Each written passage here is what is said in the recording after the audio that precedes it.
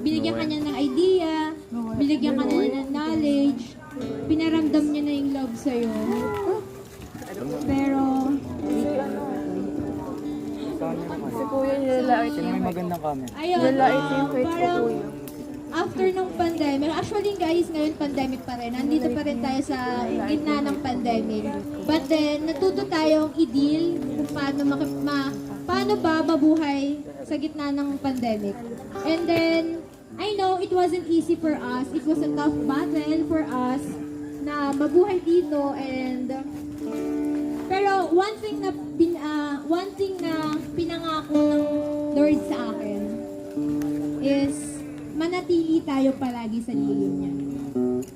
Na, ayan nga, simula bata ako kasi yung tipo ng tao na laging masayahin, hindi niyo ako makikita